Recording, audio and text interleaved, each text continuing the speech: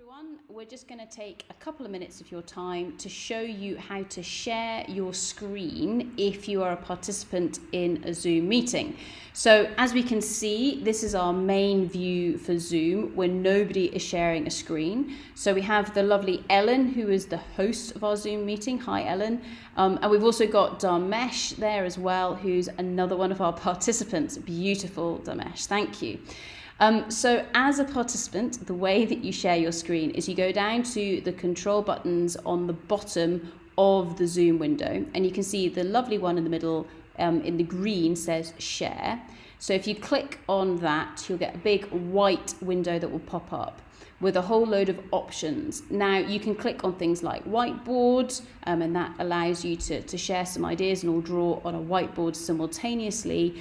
But then also you've got a number of different files, for example, that I currently have open on my desktop at the moment. So if I want to go into this PowerPoint file, so if I click on it, you can see that it goes blue. That means I've selected it. And then I need to go down to that button that says share in the bottom right-hand corner. So if I click that, I am now sharing my PowerPoint file with Ellen and Dharmesh. So Ellen and Dharmesh, can you see a PowerPoint file? Yeah. Fantastic. And does it say Introduction to Risk Management? It does. It does. That's a relief. Okay.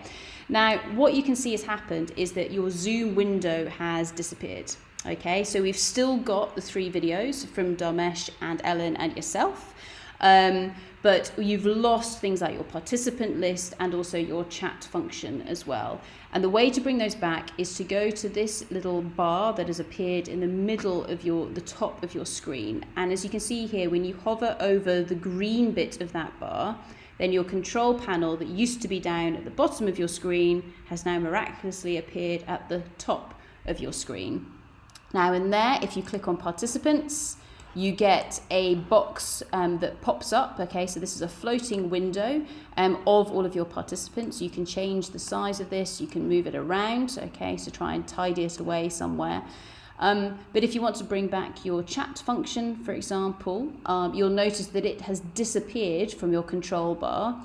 But if you go over to the right-hand side and click on More, you'll see that the first item in that drop-down list is your chat. So if you click on that, you can see here is the chat that we can, so we can send messages to everybody, or perhaps just, for example, to Ellen or just to Dharmesh. So you might want to tidy that one away as well.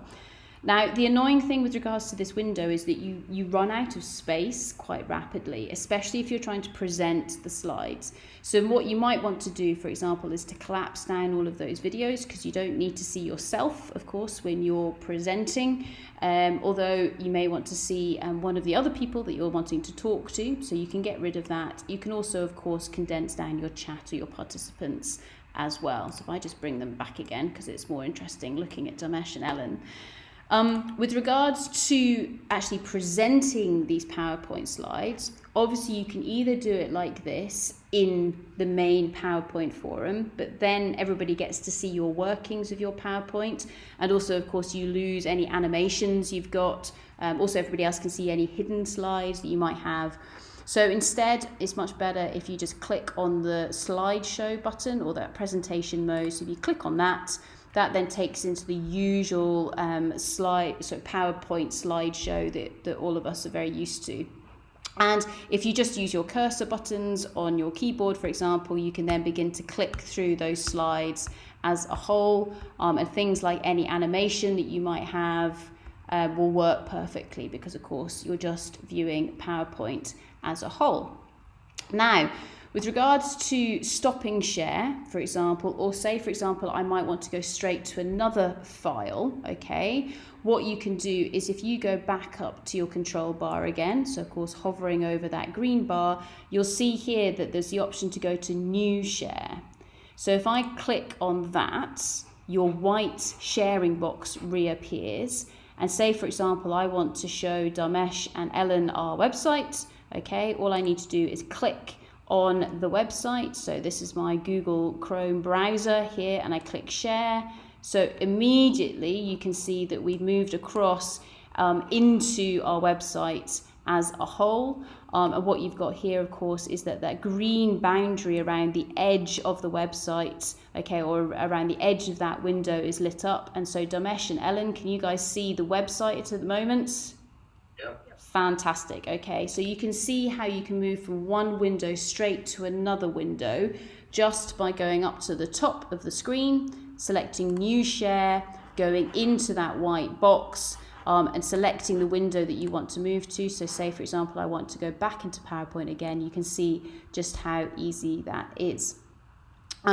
If, of course, you want to stop sharing altogether, all you need to do is go to this red button in the top of the screen and click Stop Share, and this then takes you back to where you started. So now we've got Dharmesh in the middle of the screen. Give us a wave, Dharmesh.